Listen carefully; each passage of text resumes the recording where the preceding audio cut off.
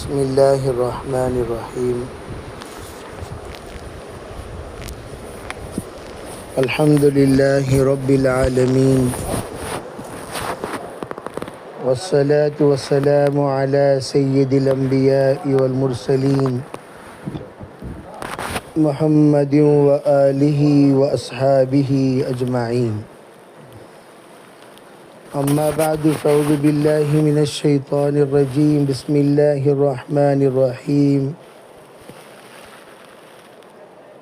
اقرأ باسم ربک الذی خلق خلق الانسان من علق اقرأ وربک الاکرم الذی علم بالقلم علم الانسان ما لم يعلم وقال علیہ الصلاة والسلام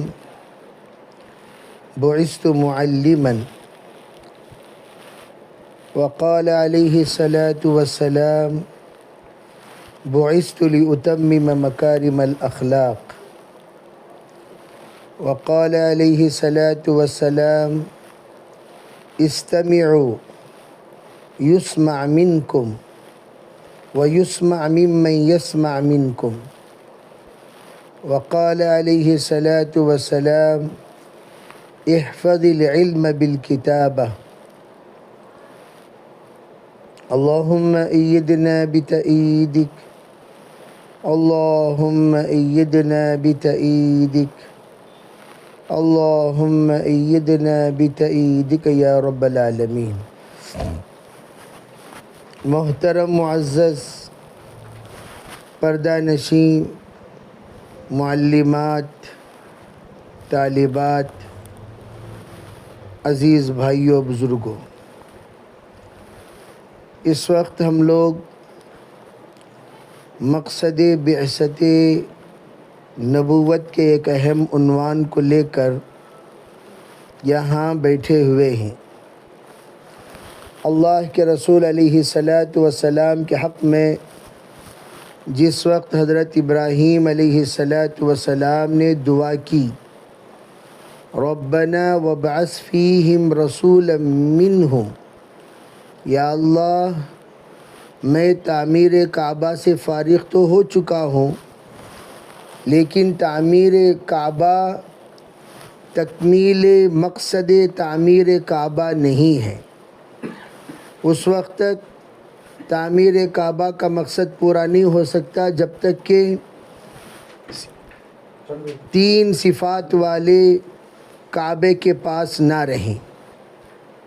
پہلی صفت حضرت ابراہیم علیہ السلام نے یہ مانگی تھی وَابْعَثْ فِيهِمْ رَسُولًا مِّنْهُمْ، اس علاقے ہی میں آپ ایسے افراد کو پیدا کیجئے، ایسے افراد کو نمائندہ بنائیے، ایسے افراد کو یہاں کے رہبری کی توفیق دیجئے جو اسی علاقے کے ہو کر وہ رسالت کا کام انجام دیں۔ تو پتہ چلا باہر سے رسول آ کر محنت کریں، یہ میری دعا کا مقصد نہیں ہے، بلکہ اسی وطن کے ایسے افراد کو آپ پیدا کیجئے جو افراد وطن میں رہ کر وطن میں رسالت کا کام انجام دیں۔ اس لیے دعا کی وَابْعَثْ فِيهِمْ رَسُولًا مِّنْهُمْ، وہ رسول کیا کیا کریں؟ یتلو علیہم آیاتک، پہلا کام یہ کریں کہ وہ آپ کا کلام پڑھ پڑھ کر ان کے سامنے سنائیں۔ یہاں لفظ آیت ذکر کیا گیا ہے۔ علماء کہتے ہیں یہ آیت سے مراد آپ قرآن پاک کی آیت مراد لیجئے، اس لیے کہ جناب رسول اللہ صلی اللہ علیہ وسلم پر اللہ نے قرآن کو نازل کیا، وہ قرآن پاک کی آیات وہ بھی یہاں سے مقصود ہے۔ تو آپ یہ بھی اپنے ذہن میں رکھ سکتے ہیں اس سے مراد قرآن پاک کی آیات ہیں، نمبر 1۔ نمبر 2، آپ یہ بھی تصور کر سکتے ہیں آیت سے مراد آیات اللہ، اللہ کی نشانیاں، اللہ کی نشانیوں کو پڑھ پڑھ کر سنانا، اللہ کی نشانیوں کو نشاندہی کرنا، اللہ کی نشانیوں کو واضح کرنا، اللہ کی نشانیوں کو صاف صاف طریقے سے ذہن نشین کرانا، یہ ذمہ داری ہے اس رسول کی۔ تو اللہ کی نشانیاں کیا ہیں؟ اللہ تعالیٰ نے قرآن پاک میں وفی انفسکم افلا تبصرون فرمایا، بے اللہ کی نشانیاں ان فی خلق السماوات والارض واختلاف اللیل والنہار لآیات لأولی الالباب۔ یہاں آیت کا لفظ استعمال ہوا۔ آسمان و زمین کی خلقت میں اللہ تعالیٰ نے سمجھداروں کے لیے بہت ساری نشانات معرفت الہیہ پیدا کیے ہیں، بہت ساری ایسی نشانیاں جس کے ذریعے سے اللہ کی معرفت نصیب ہو، اللہ کی پہچان نصیب ہو۔ وہ تمام چیزیں اللہ تعالیٰ نے پیدا کی ہیں پورے کائنات میں۔ وہ کائنات میں پیدا کردہ نشانیوں کو واضح طریقے سے بتانا، واضح طریقے سے نشاندہی کرانا، یہ مقصد ہے اس نبی کے بعثت کا۔ اور پھر یتلو علیہم آیاتک، دوسرا لفظ کیا استعمال کیا؟ وَيُعَلِّمُهُمُ الْكِتَابَ، اور ان کو کتاب سکھانے والے بنے۔ پتہ چلا پہلی تعلیم توحید کی ہوگی، پہلی تعلیم توحید کی ہوگی، اللہ کی معرفت کی ہوگی، اللہ کی پہچان کی ہوگی۔ جس وقت اللہ کی پہچان، اللہ کی معرفت بندوں کو نصیب ہو جائے، اس کے بعد دوسری تعلیم ہوگی کتاب اللہ کی، کتاب اللہ کی۔ پھر تیسری تعلیم والحکمہ، اور حکمت کی یعنی سنت اور شریعت کی تعلیم ہوگی۔ اس آیت پاک میں حضرت ابراہیم علیہ السلام نے تینوں باتیں بتا دی۔ ایک توحید و رسالت، نمبر دو کتاب کی، قرآن پاک کی ہر اعتبار سے، قرات کے اعتبار سے، معانی کے اعتبار سے، مفہوم کے اعتبار سے پڑھانا، اور نمبر تین سنت و شریعت سکھانا۔ یہ تین ذمہ داریاں ہو گئیں۔ یہ تین ذمہ داریاں اس مدرس کی ہے، اس معلم کی ہے، اس معلمہ کی ہے جو نبوت والی تعلیم دینے کے ذمہ دار ہیں۔ اب ترتیب سے سنتے چلیے کہ جو چیز الاناء یترشح بما فیہ، جو چیز بڑے برتن میں ہو وہی چیز چھوٹے چھوٹے پیالیوں میں بھی، جیسے آپ لے آئے چائے کا پیالہ اور آپ گلاس میں ڈال رہے ہیں چھوٹی چھوٹی پیالیوں میں، تو چائے کا پیالہ ہوگا، چھوٹی پیالیوں میں چائے تقسیم ہوگی۔ دودھ کا پیالہ ہوگا، چھوٹی پیالیوں میں دودھ تقسیم ہوگا۔ اگر پانی کا پیالہ ہوگا، چھوٹے پیالیوں میں پانی تقسیم ہوگا۔ اسی طریقے سے علماء نے فرمایا معلم اور معلمہ جس جذبات کے ہوتے ہیں، جس خیالات کے ہوتے ہیں، جس سوچ کے ہوتے ہیں، جس فکر کے ہوتے ہیں، جس تدبر کے ہوتے ہیں، اسی کو وہ تقسیم کرتے ہیں اپنے شاگردوں میں، اسی کو تقسیم کرتے ہیں اپنے سامنے جو مخاطب ہیں ان میں۔ اگر ان کے اندر فکر ہے، جیسے حضرت مولانا شیخ الحدیث زکریا صاحب رحمۃ اللہ علیہ مثال دیا کرتے تھے، عربی استاذ کی مثال، معلم کی مثال، معلمہ کی مثال ایسی ہے جیسے نل جتنا کھولو گے اتنا پانی نکلے گا، آہستہ کھولو گے آہستہ، تیزی سے کھولو گے تیزی سے، تو جیسا کھولو گے ویسا پانی نکلے گا۔ اور شاگردوں کو کہا گیا جتنا تم اپنا برتن آگے بڑھاؤ گے اتنا آپ اس سے فائدہ اٹھاؤ گے۔ اگر برتن الٹا پڑا ہوا ہے، اوندھا منہ ہے، تو پھر برتن بھرے گا کہاں؟ پورا سال بھی نل کھلا رہے ایک قطرہ پانی بھی اندر نہیں جائے گا۔ برتن پہلے سیدھا رہے اور جہاں پانی نکل رہا ہے اس کے برابر رہے، اور مکمل طور پر اگر اس کے منہ سے منہ لگا کر پانی کو آپ رکھ دیں گے مختصر وقت میں پانی بھر گیا۔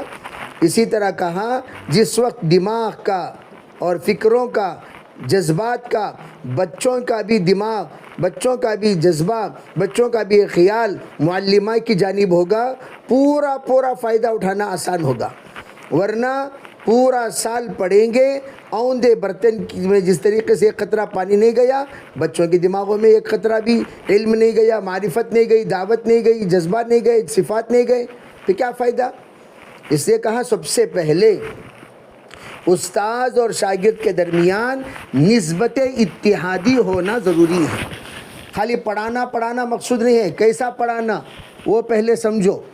پڑھانا اس طریقے سے نسبت اتحاد، جیسے حضرت جبریل علیہ السلام پیغام لے کر آئے اللہ کا حضور اقدس صلی اللہ علیہ وسلم کے پاس، سیدھا پیغام لے کر نہیں پہنچ گئے بلکہ نسبت اتحادی پیدا کیا آسمان اور زمین کے درمیان، اس لیے کہ اللہ تو اللہ ہے، خالق ہے، بندہ تو بندہ ہے، مخلوق ہے، ان دونوں کے درمیان کنیکشن پیدا کرنے والے حضرت جبریل ہیں۔ اور حضرت جبریل نے کیا کیا؟ آسمان و زمین کے درمیان کنیکشن پیدا کرنے کو سیدھا آنے کے بعد حضرت نبی علیہ السلام سے کہا اقرا، پڑھیے۔ حضور نے فرمایا بھئی میں تو پڑھ نہیں سکتا۔ پھر کیا ہوا؟ بھینچا، یعنی اتنا زور سے معانقہ کیا، ایک پھسلی دوسری پھسلی کے اندر گھس گئی۔ حضور فرماتے ہیں کدت ان اموت، ارے بھئی اتنی تکلیف ہوئی، قریب تھا کہ میں دنیا سے رخصت ہو جاؤں، قریب تھا کہ میں دنیا سے نکل جاؤں، قریب تھا کہ میری روح پرواز ہو جائے، اتنی تکلیف ہوئی۔ پھر کیا ہوا؟ فرمایا چھوڑ کر اب پڑھیے۔ فرمایا بھئی اب بھی میں پڑھ نہیں سکتا، ما انا بقارئ۔ پھر دوبارہ بھینچا ہے، بھینچنے کے بعد کہا اب پڑھیے۔ آپ نے فرمایا ما انا بقارئ، بھئی اب بھی نہیں پڑھ سکتا۔ تو تیسری مرتبہ بھینچنے کے بعد جب کہا پڑھو تو حضرت نبی اکرم صلی اللہ علیہ وسلم پڑھنا شروع کیے۔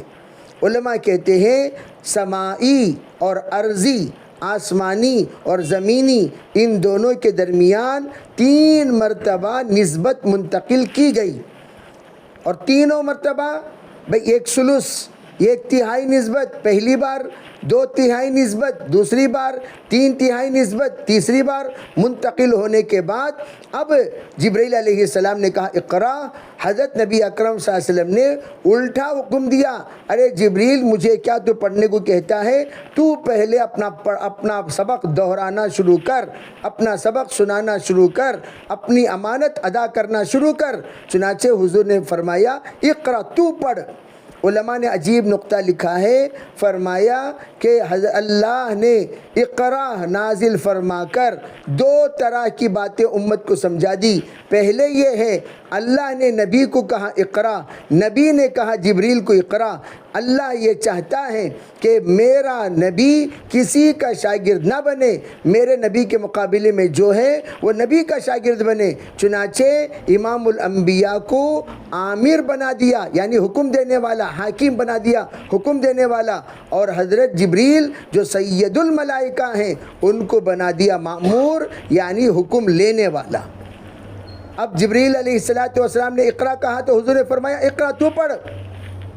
جبریل علیہ السلام حضور کے اس حکم پر پوری زندگی حضور علیہ السلام کی وحی لا کر سناتے رہے، گویا وہ سبق دہرا رہے ہیں حضور علیہ السلام کے سامنے، حضور کے حکم سے، جو حکم آپ نے اقرا کے ذریعے سے عطا کیا۔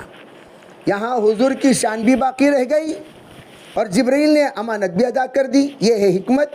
علماء کہتے ہیں اسی طرح 3 مرتبہ بچے ہم سے دور ہونے کی کوشش کریں گے، تینوں مرتبہ قریب کرو، قریب کرو، قریب کرو، نہیں انہیں چلے گی نہ چھوڑو، انہیں بھاگ گئی نہ چھوڑو، انہیں نہیں آ رہی نہ چھوڑو، نہیں، 3 بار قریب کرو، چوتھے بار سے کبھی جدا نہیں ہوں گے آپ سے، 3 بار بدکیں گے، 3 بار بھاگیں گے، 3 بار وہ دور ہوں گے، ہونے دو۔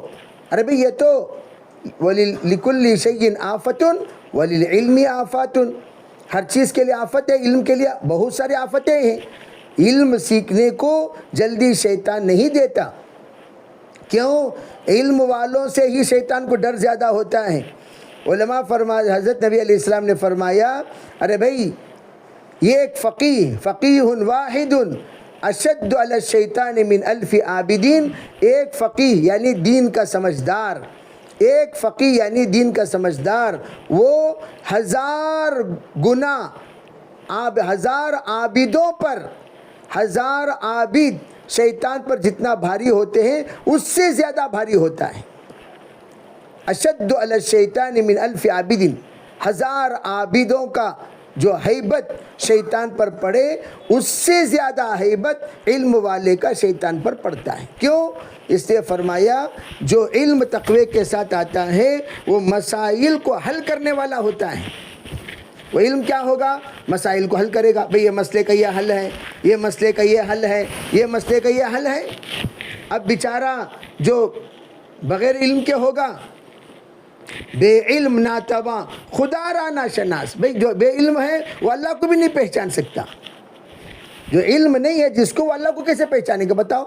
وَاعْلَمُوا أَنَّهُ لَا إِلَهَ إِلَّا هُوَ، قرآن خود کہتا ہے پہلے جان لو اللہ کے سوا کوئی معبود نہیں۔ پتہ چلا علم توحید کا بھی جاننے کے بعد ہی آدمی موحد بنتا ہے۔ بھئی کیا کیا چیزیں ایمان کے حصے ہیں، جانو گے تبھی تو ایمان کے حصوں پر ایمان لاؤ گے۔ کیا کرنا جانو گے تبھی تو کرنے والے کام کرو گے، کیا نہیں کرنا جانو گے تبھی تو نہ کرنے والے کاموں سے بچو گے۔ تو اس لیے علم یہ بہت بھاری ہوتا ہے شیطان پر۔ شیطان علم والوں کے ساتھ حالات لاتا ہے، علم والوں کو پریشان کرتا ہے، علم والوں کو ہر اعتبار سے وہ اپنے تابع بنانے کی کوشش کرتا ہے۔ تو ہم کیا کریں؟ ربے شیطان کے اس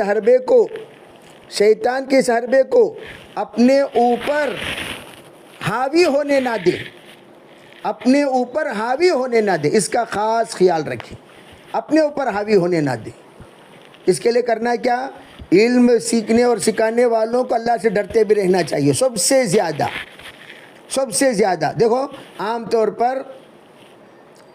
امتحان، وَإِذِ ابْتَلَىٰ إِبْرَاهِيمَ رَبُّهُ بِكَلِمَاتٍ فَأَتَمَّهُنَّ، امتحان ہر میدان میں آئے گا۔ دعوت کے میدان کے امتحانات الگ، تعلیم و تعلم کے میدان کے امتحانات الگ، خدمت اور تربیت کے میدان میں امتحانات الگ، رشتہ داریوں کے میدان میں امتحانات الگ، معاملات کے میدان میں امتحانات الگ، اخلاق کے میدان میں امتحانات الگ، یعنی ہر ایک کوسچن سے اللہ تعالیٰ کی ہے۔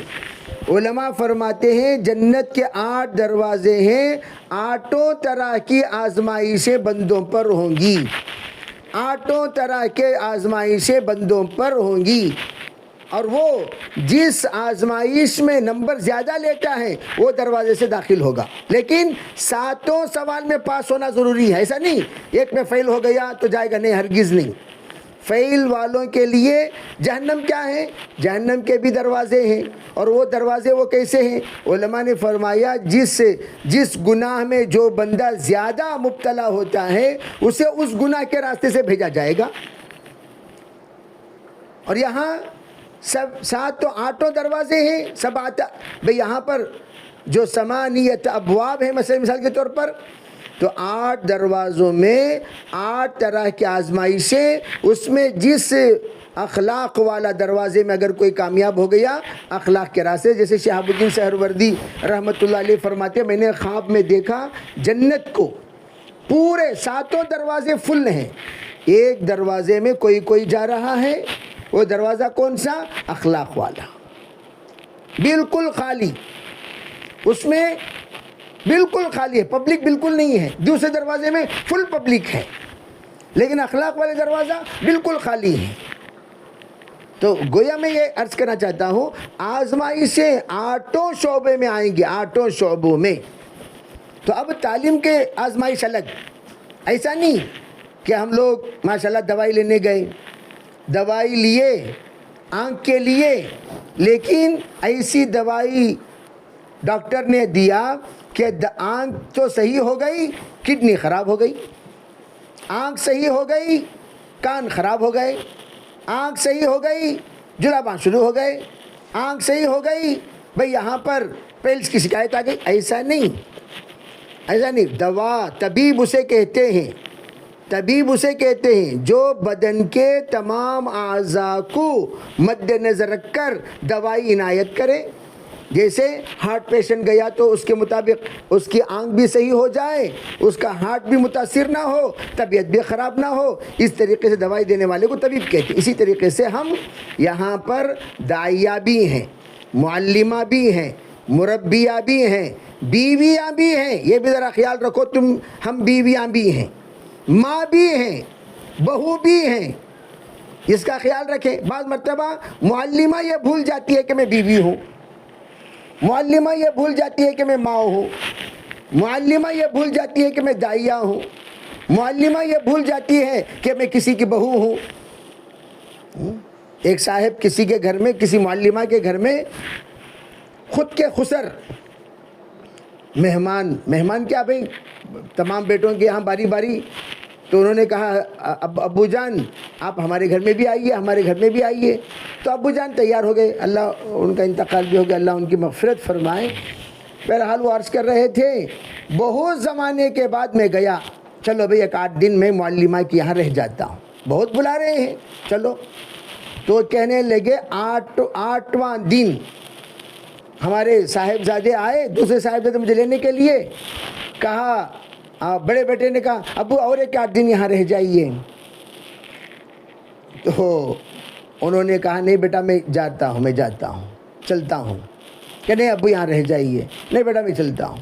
جب اصرار کیا کہنے لگے بھئی جب ہوٹل ہی کا کھانا ہے میں کہیں بھی کھا لیتا ہوں، یہاں آ کر ہی کھانے کی کیا ضرورت ہے؟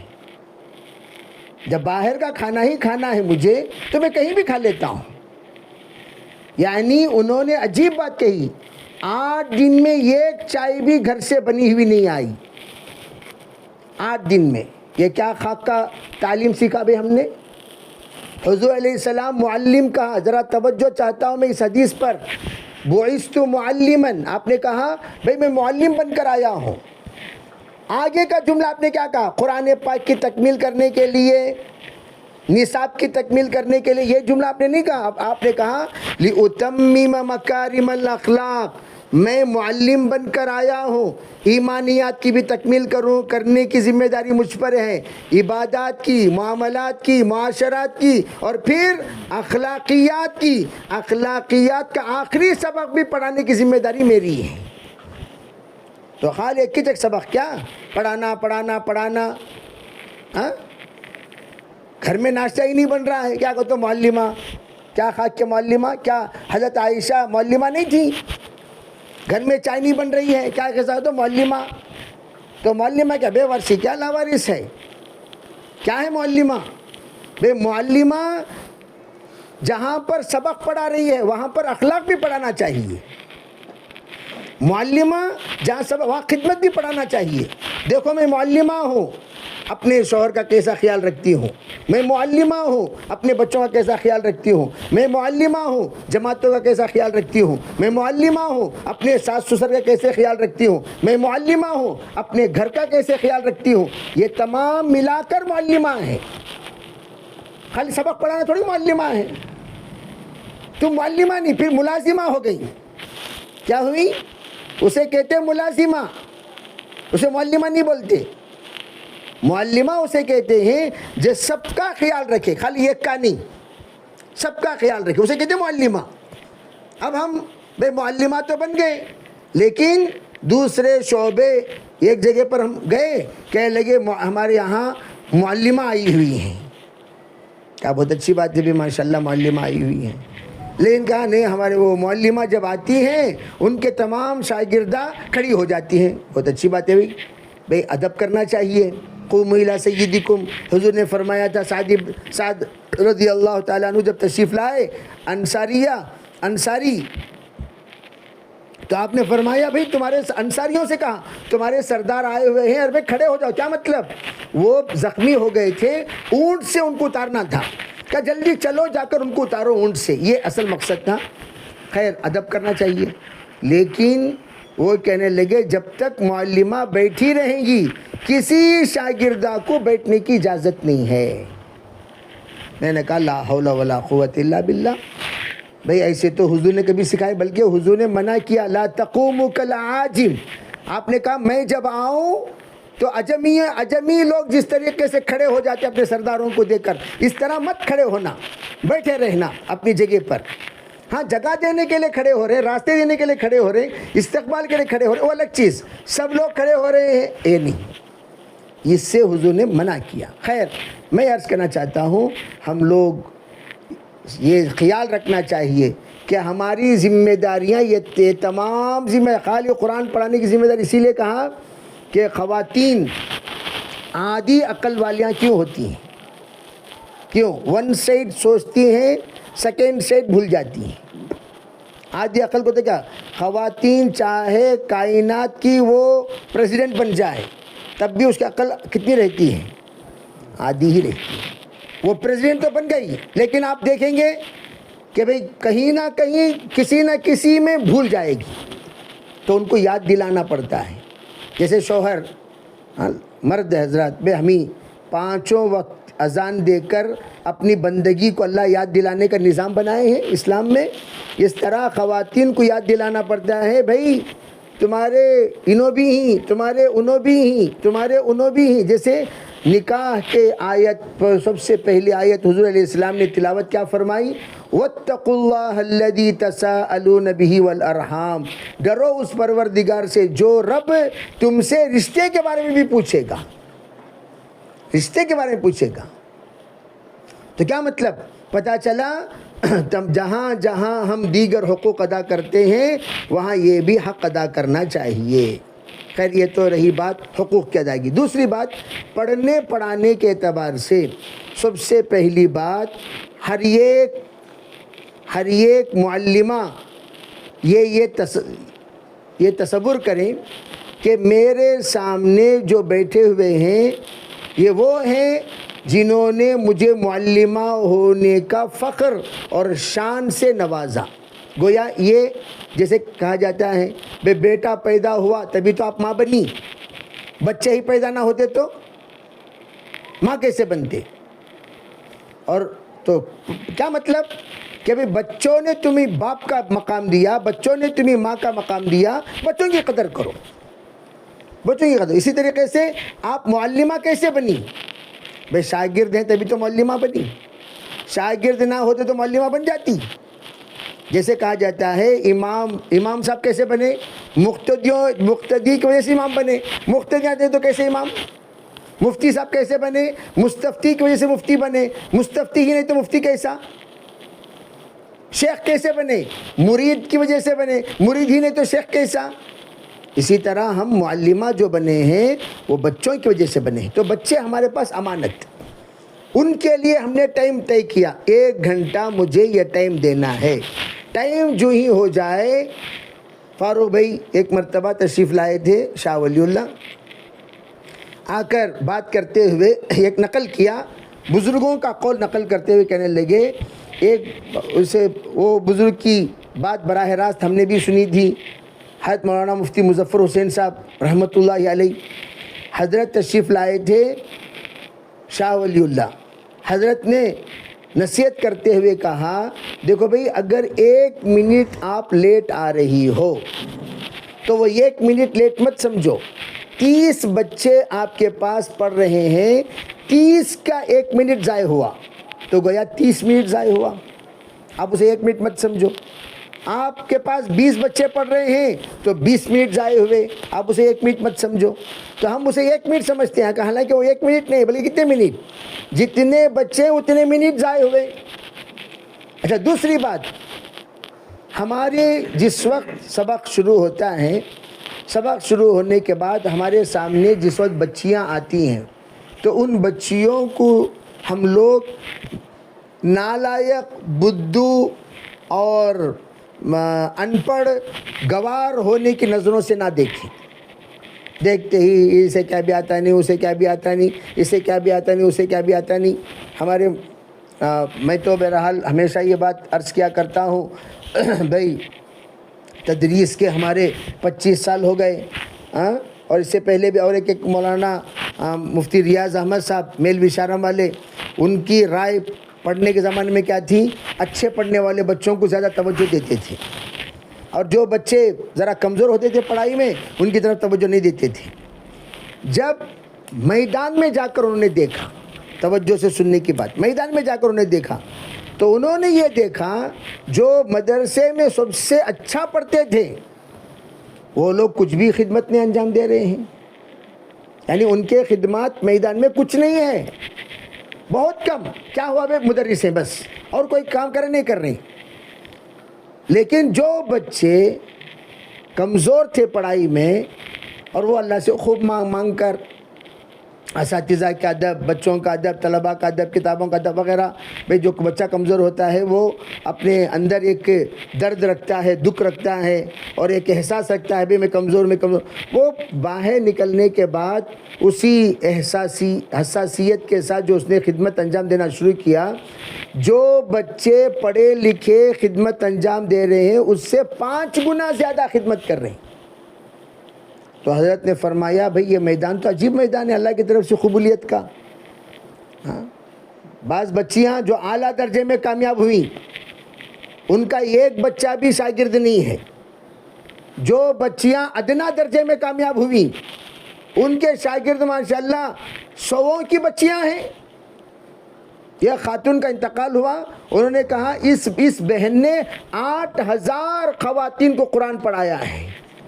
8000 پوری گلی بھر گئی ان کے جنازے میں. کیا؟ سب کے سب ان کے شاگردہ. تو ہم سعادت سمجھے جو بچے آ رہی ہیں اتنا پیار دیں اور ہمدردی کے ساتھ. وہ ہماری بچی، ہر بچی کو ہماری بچی سمجھے، ہر بچی کو ہماری بچی سمجھ کر پیار و محبت سے. ان کو یہ نہیں کہیں تمہیں پاگل کیا جی، تمہیں لوس کیا جی، تمہیں مینٹل کیا جی، تمہیں ادھر جا کو بیٹھو جی. ان کو بار بار ہمیں لوگ عزت کو ٹھیس پہنچانے والی بات کرتے رہیں گے، وہ بچے ہم سے نفرت کرنے والی بن جائیں گی. نہیں، ہمیں بولے بھائی ان کو سبق یاد نہیں ہوا، ذرا بٹھا کے ان کو یاد دلاؤ. ذرا سبق یاد نہیں ہوا، ذرا بٹھا کے ان کو یاد دلاؤ. ذرا سبق یاد نہیں ہوا، ان کو بٹھا کر یاد دلاؤ. بعض مدارس میں شرط لگاتے ہیں، کیا؟ ہمارے یہاں سٹینڈرڈ بچے لیے جائیں گے. میں سخت مخالف ہوں ایسے شرائط کا، چاہے وہ کہیں بھی لگائے جائیں. اگر ہم کہیں جماعت میں سٹینڈرڈ لوگ جائیں گے تو جماعت میں کوئی جائے گا؟ مدرسے میں کہہ دی جائے سٹینڈرڈ لوگ، اس لیے کہ سٹینڈرڈ لوگوں کا کوئی سٹینڈ ہی نہیں آج کل. جیسے میں بتا رہا ہوں جتنے سٹینڈرڈ بچے مدرسے میں پڑھے ان کا کوئی سٹینڈ ہی نہیں ہے، خالی بس سٹینڈ ہو گیا ان کا. کیوں؟ گھوم رہے ادھر ادھر. اور جو سٹینڈرڈ ہی نہیں تھے وہ اب سٹینڈرڈ ہو گئے، جیسے میں ابھی مثال دیا آپ کو. تو اللہ رب العزت کسے سٹینڈرڈ بناتا ہے کسے سٹینڈرڈ نہیں بناتا وہ تو اللہ کی ذات کے اوپر موقوف ہے. بھائی حضرت عمر نے کیا کہا؟ ارے بھائی ہم تو سٹینڈرڈ ہی نہیں تھے. کیا تھے؟ اِنَّا كُنَّا ذَلَّ النَّاسِ أَعَزَّ اللَّهُ لَنَا بِالْإِسْلَامِ. ہم تو ذلیل لوگ تھے، اللہ نے عزت دی ہمیں اسلام کی برکت سے. تو سٹینڈرڈ والی شرط لگانا دینیات میں، دینی تعلیمات میں یہ بالکل جائز نہیں ہے. آپ سٹینڈرڈ مت لگائیے، آپ پڑھائیے سب کو، جو چاہے آئے پڑھیں. حضرت قاری صدیق صاحب رحمۃ اللہ علیہ کا ایک اصول تھا، آخری دن بھی داخلہ لیتے تھے. آخری دن سما چھٹی ہونے والی ہے، آج آیا کوئی بچہ، داخلہ لیتے. اساتذہ نے پوچھا حضرت کیا حضرت یہ داخلہ آپ کے یہاں؟ حضرت نے فرمایا بھئی ایک دن آیا کلمہ تو سیکھ کر جائے گا. بھئی کلمہ تو ہو سکتا ہے یہی کلمہ اس کے لیے کلمے کی موت کا سبب بن جائے. کیا سمجھے آپ؟ اتنا وسیع دل والے تھے حضرت.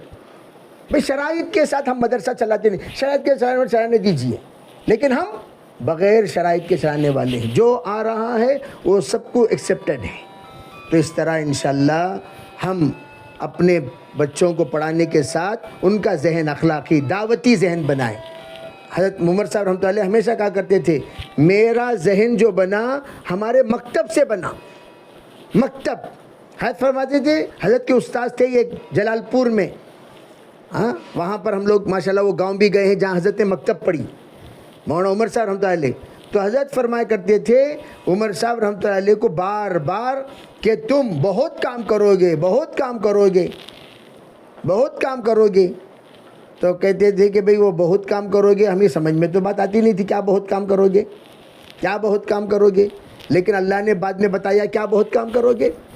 تو یہ بتایا کہ بچے جس وقت پڑھتے ہیں اس وقت ان کا ذہن یہ بنانا چاہیے اچھا سب سے زیادہ بچوں سے گھروں میں اصلاح ہوتی ہے. بچے اگر ضد کر لیں میں دسترخوان پر بھی بیٹھ کر کھانا کھاؤں گی، کہ بھائی دسترخوان بچھے گا نہیں بچھے گا. بچے ضد کر لیں بھائی ٹوپی پہن کر ہی ہم کھانا کھائیں گے تو ایک سنت زندہ ہوگی کہ نہیں ہوگی. بچے ضد کر لیں جہاں پر ہم لوگ نماز پڑھ رہے ہیں وہاں ہمارے امی بھی نماز پڑھیں, تو ان کا کام آئے گا نہیں آئے گا. تو بچوں سے جو انقلاب ہم گھروں میں لا سکتے ہیں وہ انقلاب ہم دیگر چیزوں سے نہیں لا سکتے. بچے ہر ایک اتنے پیارے ہوتے ہیں, آپ دیکھ لیجئے اسکولس وغیرہ میں منہ بولی فیس ادا کرنے کو تیار ہیں, منہ بولے ڈونیشن دے. کیوں؟ بچوں کی تعلیم. بچوں کی تعلیم کا سب سے زیادہ والدین کے فکر ہوتی ہے. تو اس لیے اس وقت اللہ نے یہ سعادت دی ہے بچوں کی تربیت کا ہم لوگوں کو, تو ہم لوگ یہ نیت کریں انشاءاللہ اس کی وجہ سے کوئی بھی, جیسے میں نے کہا, دیگر کام میں سائیڈ افیکٹ نہیں ہونی چاہیے. تعلیم کی وجہ سے تبلیغ میں سائیڈ افیکٹ نہیں ہونا, تبلیغ کی وجہ سے تربیت میں سائیڈ افیکٹ نہیں ہونا, کہیں بھی سائیڈ افیکٹ نہیں ہونا بلکہ افیکٹ ہونا چاہیے.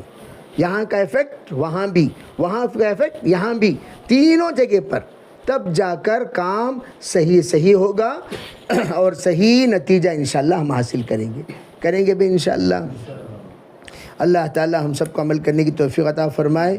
اور خاص طور پر معلمہ سے یہ بھی گزارش کرنا چاہوں گا کہ ہمارے بچوں کے سامنے صحابہ اکرام اپنے شاگردوں کے سامنے ہنستے نہیں تھے.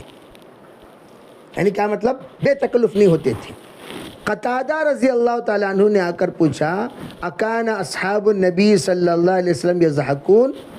حضرت قتادہ کو شاگرد آ کر ان کے پوچھ رہے, یعنی تابعی نے آ کر تابعی سے پوچھا کیا صحابہ کبھی ہنستے تھے؟ کیا مطلب؟ بچوں کے سامنے دل لگیاں کرنا, بچوں کے سامنے ہمیں بے تکلف ہو جانا, اس کی وجہ سے وقار گھٹ جاتا ہے. تو ہمارا وقار کو باقی رکھنے کے لیے ضروری ہے کہ ہم اس طرح کی حرکتیں نہ کریں. بار بار موبائل دیکھنا, آ گئے موبائل سائلنٹ پر رکھ ڈالنا. نماز میں دیکھتے ہیں بار بار موبائل لے, نماز میں دیکھتے نہیں, دیکھنا نہیں. کلاس ختم ہونے کے بعد موبائل دیکھو کیا ہوا, کیا میسیج آیا, کہ ہمیں وہاں سبق سن لے کوئی, ہمیں یہاں کو موبائل میں انگلیاں کر لے کوئی, میسیج بھیج لے کوئی. یہ سب بچوں کے اخلاق کو خراب کرنے والے. اس لیے موبائل اس وقت میں انتہائی مضر چیز ہے. اخلاقی اعتبار سے بھی عادتوں ہم اس کو رکھیں اپنی جگہ پر, سائلنٹ کر دیں. یہاں تک کہ کس کا کال آ رہا ہے وہ بھی دیکھنے کی ضرورت نہیں. اور چاہے کون بھی کال کر لیں, رکھ دو. نماز میں جس طریقے سے ہم نہیں دیکھتے, سبق میں اس طریقے سے نہیں دیکھنا چاہیے. اور عام طور پر کیا ہوگا, خالی اوقات میں کون بھی فون نہیں کرتا. بیان کرنے بیٹھو فون آپ فون, سبق پڑھانے بیٹھو فون آپ. یہ آزمائش, ایسے موقع پر آزمائش کو دیکھو ہی مت. پلٹ کر رکھ ڈالو, پلٹا کر رکھ ڈالو, اسکرین کو الٹا کر رکھ ڈالو, سائلنٹ. دیکھو ہی مت.